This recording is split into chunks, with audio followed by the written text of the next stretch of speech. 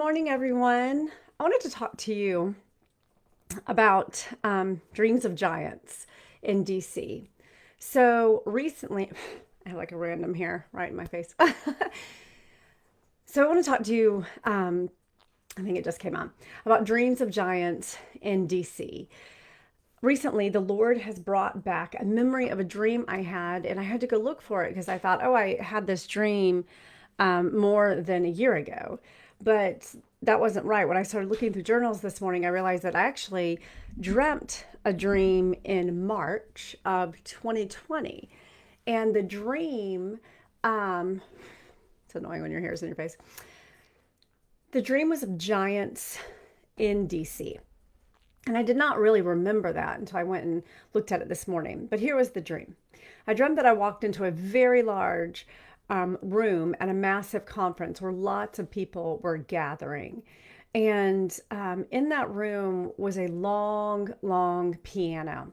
And I realized that it was so busted. The piano was so old and ancient that it didn't even have black keys, which is interesting as someone who plays a piano. There were no half steps there. It was just whole steps on the piano.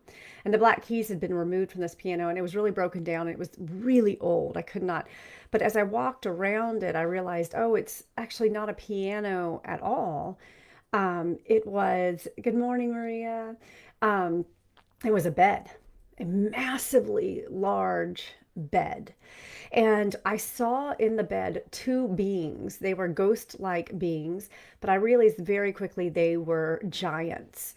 They were the shades, if you will, of giants. One was sleeping.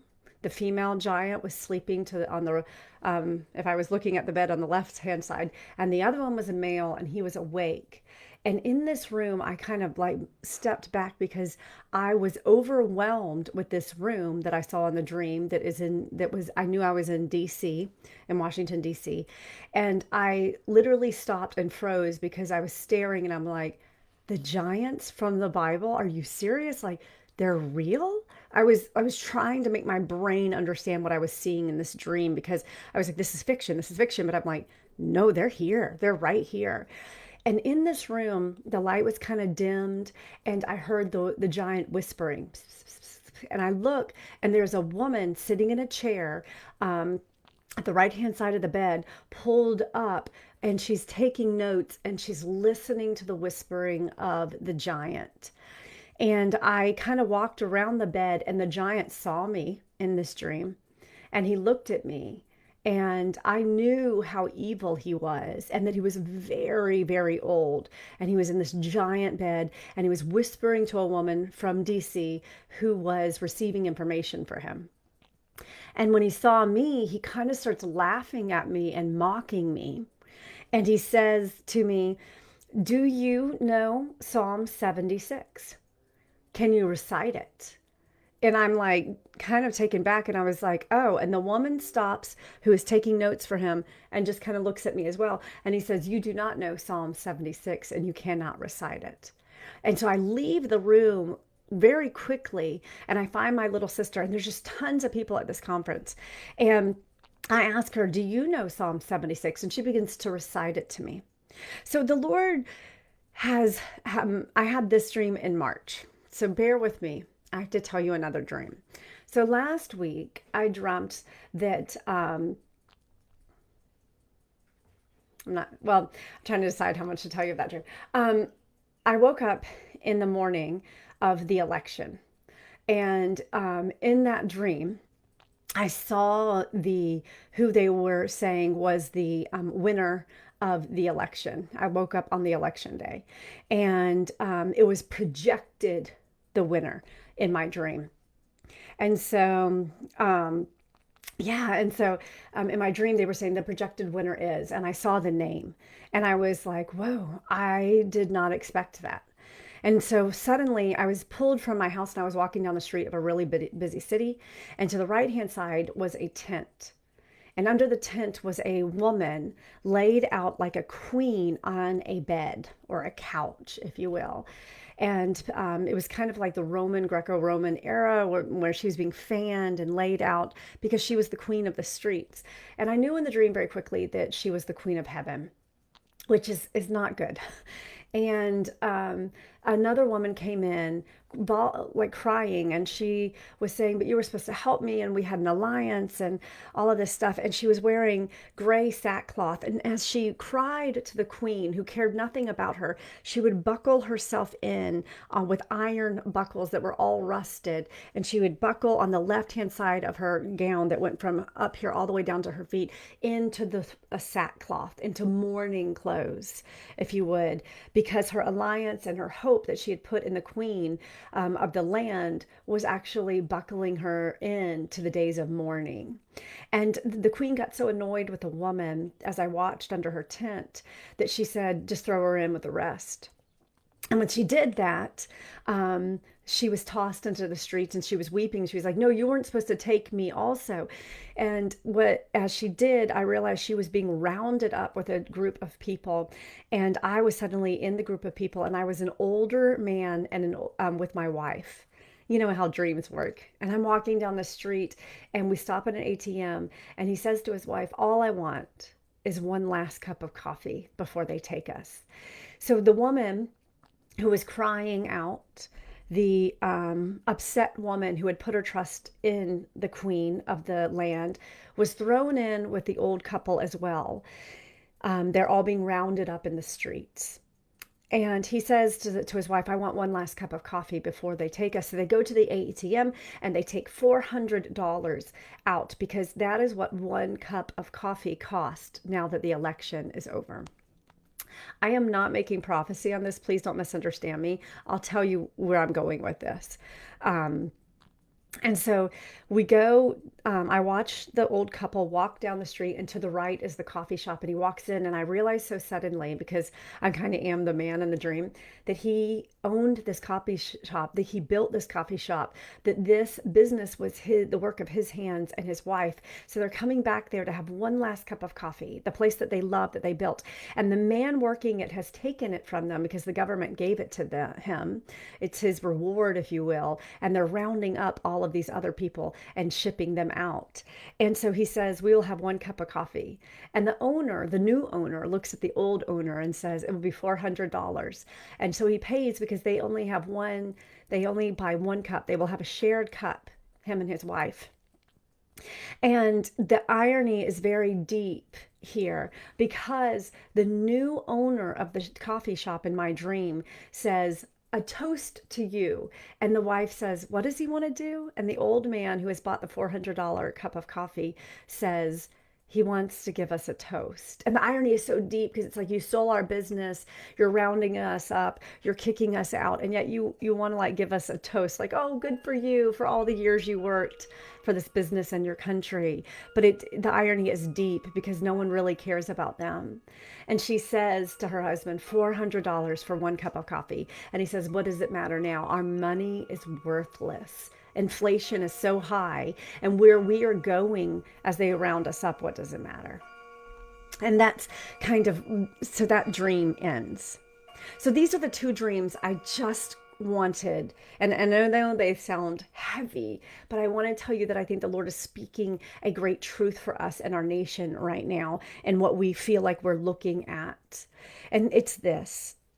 Back to the one is, both of them had beds in it, and I had not put that connection together until yesterday, when the Lord started connecting this to me and saying Deuteronomy 3:11. You see, in Deuteronomy 3:11, it's Og, the king of Bashan. And Bashan was left for the remnant of the Rephaim. The word Rephaim I use a lot in my fiction novels, but the word Rephaim is the plural of the word Raphaim, sorry, someone started calling me on my computer, is the word for the dead or shades. And you see this in Proverbs 9:18. You see it in Psalm 68:15 and 16 and 23. You see this over and over, this word Raphaim. It's a plural of Rapha, which means the dead or shades, like the spirits of the dead. And Raphaim is the plural with the im, the im sound, sorry. I am in English, but not in Hebrew. Makes it plural. And so the king of Og is someone that Moses had to had to defeat, right? It was part of one of the lands that he had to take over. And actually, that land of Bashan is given to part of the tribes. Tribe of Manasseh is given that land, but his bed is mentioned here. And both of my dreams dealt with beds. The first bed was in DC, and the two giants are in the bed. And I realized very quickly that who I saw in the dream was Og. He was awake and speaking, whispering to a woman in DC who was taking notes from him. But the other giant in my dream in the bed of old, that was so incredibly old, I can't tell you, it was still sleeping and waiting to be awakened for the right time, which I believe is so spiritually what's happening right now. And so Og here, his bed is mentioned. You can say it's a random thing, but when the scripture mentions something like that, we need to go back and ask the Lord, why is his bed mentioned? One is the exact feet of it are given, or cubits here is given, and what it's made of. It's made of iron. Remember, in scripture, metals are really important. Gold, for instance, are kingship. Silver is redemption. Bronze is God's judgment and how we deal with sin. But iron, if you would, is the workhorse of metal of the day, right? It is extraordinarily strong. The Iron Age, it's technologically advanced. It's very hard, but it is used for war, and it is used for punishment. It is used for weaponry. And so you get this picture of his bed was made of iron. It's so heavy. He's so large. And so many people today try to take this and be like, well, he wasn't that big, or maybe it's because people were smaller and they didn't get it. I just want to tell you that in today's time, if you took the cubit measurements and used it in what we use today as feet to measure beds, it would be 2 times as long as the California king bed of today's time. Has anyone ever been to a castle or anything in Europe and seen what, I'm 5'2", I'm short, and I look at the beds that people were sleeping in, and I'm like, oh goodness, that's tiny, right? We're used to massive beds, but it's still 2 times as large as the bed of today, why we call it a king bed, right? Like, and it is also going to be wider, right? We're looking at 13.5 feet long by 6 feet wide, a massive bed. He was a descendant of the giants. He is the remnant, it says right here, of the Rephaim, which actually means the dead ones or the shades. Very interesting verbiage here. And we could get into a massive amount of information on this. I wrote fiction books based on this because it's fascinating. But I think the most important part of this dream is what the Lord is saying and Lord is showing is there is nothing new under the sun. As believers who have been born and raised in America, or some have moved into America, we feel overwhelmed by the spiritual strongholds that we're looking at. We're watching our government break to pieces. We're watching leaders that can't lead. We're watching literally watching our culture break down. There are families are breaking down. Children are breaking down. Like, I go to the mall and literally now strollers for babies have little spots that you can put your iPhone in there because infants are watching TV now. I mean, like, we literally have gotten to the point of idiocracy in so many ways. And you're watching this breakdown and it feels completely overwhelming. It feels, and then when you watch the presidential debates and you watch everything that's happening, it feels like you're looking at the bed of Og. Like, it's too big. What can we do against such a massive move of the enemy? And that's what I feel like we're looking at. And the Lord and the whispering in DC of the woman taking notes, I'm going to tell you, there are things coming out of DC, out of our own government that are directly from the pits of hell. Like, there's no way around that. And Satan is very planned. He has a very clear thing that he's doing. And it did not start overnight. It did not start with 2020 with COVID. It started generations ago. It is not new. It's been a fortress that has been built in our people, a fortress of rebellion, a fortress of turning from the ways of God, a fortress of saying that we are gods and not God himself, where the creations began to say to the creator, you don't exist, and we will worship ourselves in our own ways, and we will do what is right in our own eyes. That has been building in our country for generations. And so now we are watching the fruit of that evil planting is being birthed in 2020. And we feel overwhelmed, like you're looking at the bed of Og in a museum going, whoa, this thing is huge, right? And I just feel the Lord reminding me that even in that dream where I realized this is real, right? Like the scriptures, the prophecies, the things of this Bible, so many of us try to make the giants that they didn't exist. And I hear you if you're part of that camp, but I'm telling you, the things of God are all real. And the spiritual realm is more real than this realm, because we are told in Hebrews, we are told in Revelation, we are told that this reality is but a shadow of the ultimate truth, which is in God, which we will know one day. But when I saw the oh, and just so you know, the no, let me go here first. When I saw the giant from DC of Og laying in the bed, and the other one was still not awakened yet, which is very interesting. He said, "Do you know Psalm 76?" He was mocking me by it. And so when you read Psalms 76, the title of the psalm that the giant mentioned to me, who was speaking and whispering in the dark to those in DC, said, who the title of it is "Who Can Stand Before You?" The Septuagint calls this Psalm 76 an ode against the Assyrians. Did you know that there are many names in the Old Testament for the Antichrist, but the number one name is the Assyrian that you see? It's an ode against those who came and took over North Israel. The Assyrians, over and over again, are a picture of evil coming to take down the people of God. And here is Psalm 76. When you're looking at the bed of Og, or you're realizing the Queen of Heaven's bed is on our street right now, and half the church, I'm telling you, the girl in my dream that was crying out saying, I made an alliance with you, you can't throw me in with those other ones, I believe is the apostate church. I believe it's the weak church that is buckling herself in with iron. It was iron buckles again in that dream, just like the bed made of iron. This war and this punishment and this judgment that is coming from God, that says that he comes like the smith banging out the anvil. And we talked about the anvil in the last dream, that I believe that that's the call of the day, is to drag the church, is to carry the anvil of God, which is the truth that says everything else will pass away, but my words will never pass away. What I say is, and that is the anvil to which everything will be pounded upon as time and centuries go past. And so here, the woman in the dream, I believe she is the weak church. She tried to make alliances with anything. We have a church that's trying to make alliances with anything that keeps them culturally relevant. They are pandering to whatever the cultural relevancy is of the day. And I have to say, I believe the Lord is saying, when you try to make alliance with the Queen of Heaven, who represents the Queen of Heaven, represents all of those seductions, false religions, everything from the beginning of time to the end. She is that spiritual stronghold. And eventually you see her as the woman who rides the beast. That concept that she draws you in and promises you, at one point she's called Rahab, I will be your help, but I will give you actually no help.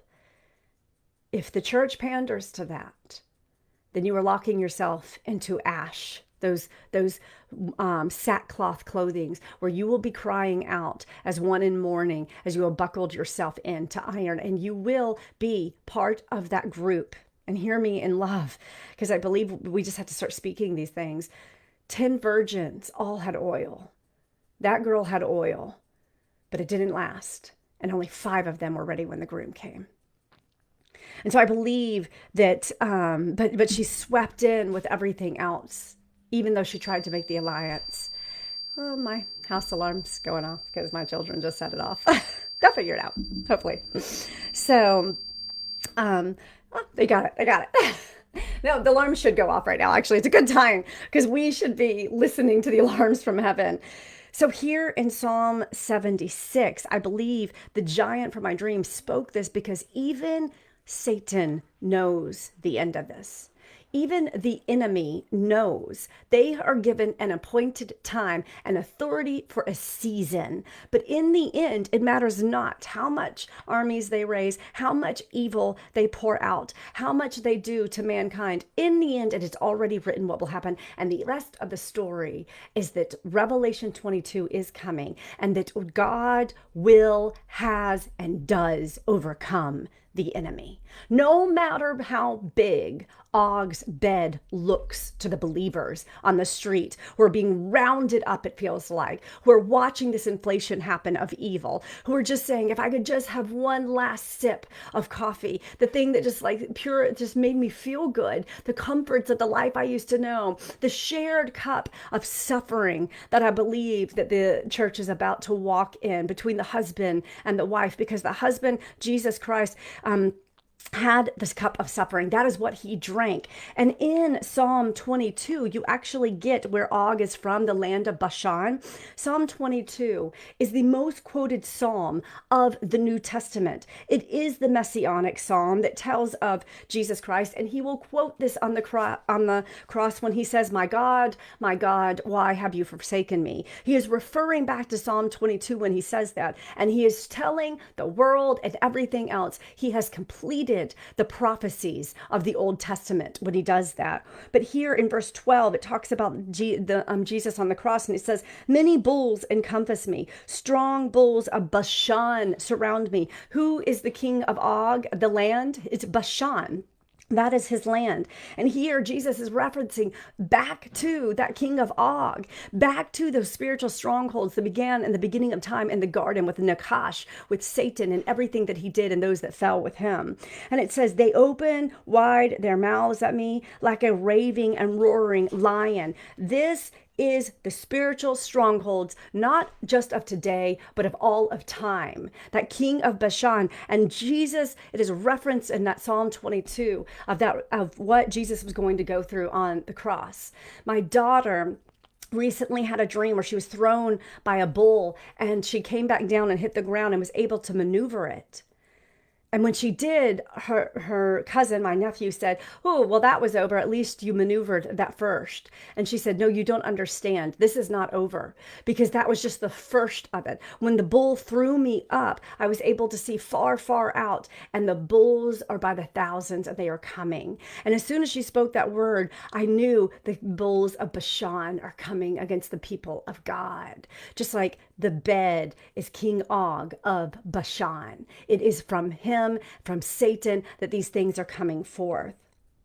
But here, let's go to Psalm 76, because in Psalm 76, I believe, is the promise, the answer, and I believe this is what God is speaking. These things are going to happen. They're unavoidable. I've already written them in scripture. They have been spoken by Jesus, and so they will be.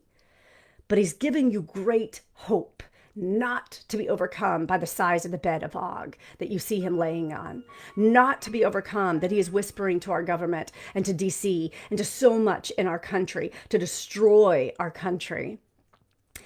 Even if our country is destroyed, even if a cup of coffee is $400, even if you realize the Queen of Heaven is the queen of the streets right now, even in all of those things, even if half of the church is trying to make alliances with the cultural relativism of today, the Queen of Heaven, Psalm 76 stands from the heavenly places above the nations. And so I want to read it to you right now, because this is what the king of Og in my dream asked me, "Do you know Psalm 76? Because I was being overwhelmed. And even he knew the truth, was saying, don't be, like literally it's ironic. Just like the man speaking to the other man in my dream with a cup of coffee. It's ironic. He stole his shop, and yet he's wanting to toast him. And back to my dream with the king of Og. The irony is that I was being overwhelmed by seeing him and realizing he was real and realizing that he was whispering to DC. And yet he is saying, "Do you not know Psalm 76?